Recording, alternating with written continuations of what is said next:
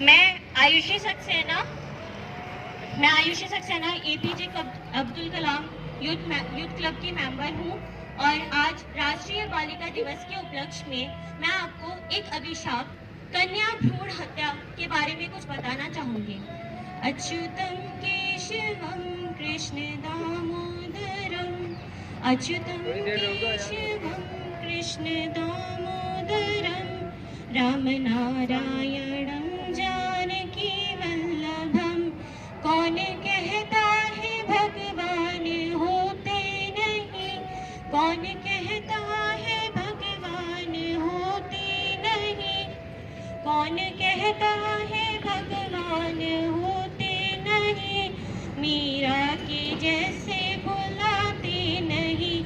जैसे मैंने बताया, मैं भगवान कृष्ण से अपनी बात शुरू करती हूँ। जैसे भी हर कोई काम किया जाता है तो ऊपर वाले का नाम लेकर किया जाता है। भगवान कृष्ण के साथ भी माँ, बहन और बेटी जुड़ी है।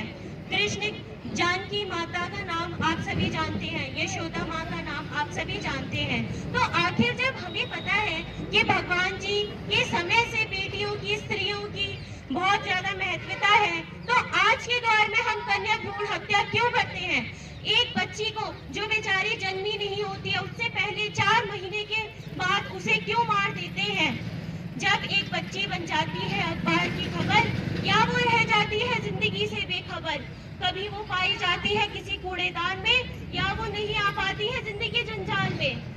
तब जन्म लेती है उस बच्चे की नन्ही सी जान। तो मैं आप सभी से पूछती हूँ कि ये जो कन्या भ्रूण हत्या है, ऐसा क्यों होता है? जब एक बेटी बेचारी, एक बेटी तो 2 घरों को संभालती है, एक तो उसका मायका, दूसरा ससुराल। जब तक वो बेचारी बड़ी होती है तब वो अपने आप में संभलती है, सारा घर का काम करती है, सब कुछ करती है, और वो चाहती है कि मैं पढ़ लिख कर एक अच्छी बनूं, IAS बनूं, PCS बनूं, टीचर बनूं, बहुत कुछ बनूं। तो ये माँ बाप एक बेटी को बोझ क्यों समझ लेते हैं? मुझे ये बात आज तक समझ नहीं आई।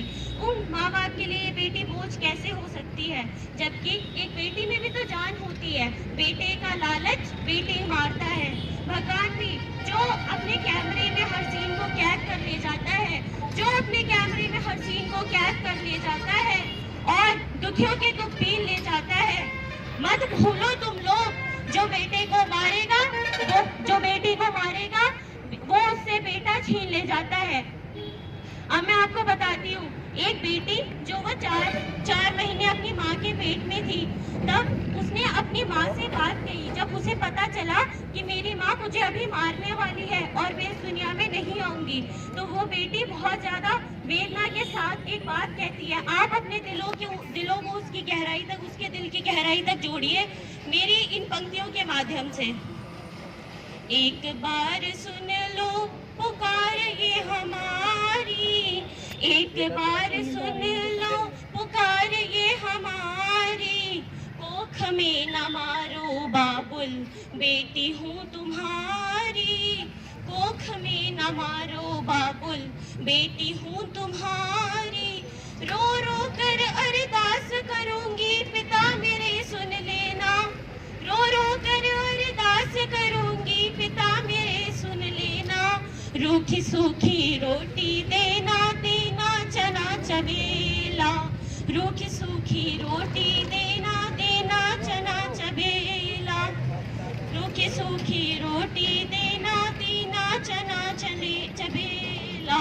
दोगे दोगे दोगे जो आदेश, उसी पर उम्र गुजारूं सारी, दोगे जो आदेश, उसी पर उम्र गुजारूं सारी। कोख में ना मारो बाबुल बेटी हूँ तुम्हारी, कोख में ना मारो बाबुल बेटी हूँ तुम्हारी। माता नहीं कुमाता होती, होती जीवनदायी, माता नहीं कुमाता होती, होती जीवनदायी। मुझको कैसे मार सकोगी ओ नानी की जाई, मुझको कैसे मार सकोगी ओ नानी की जाई। कोख में ना मारो बाबुल बेटी हूँ तुम्हारी। ब्रह्मा जी की पावन कृति विश्व पाल करेंगे, ब्रह्मा जी की पावन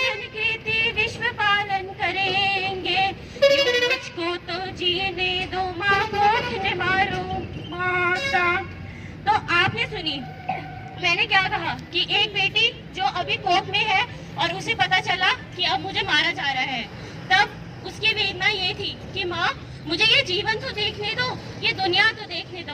अब माँ को जब ये आवाज सुनाई देती है, उसका दिल चीर चीर हो जाता है, उसका दिल फट जाता है, उसका कलेजा फट जाता है, उसकी आंखें मोतियों भरी होती है।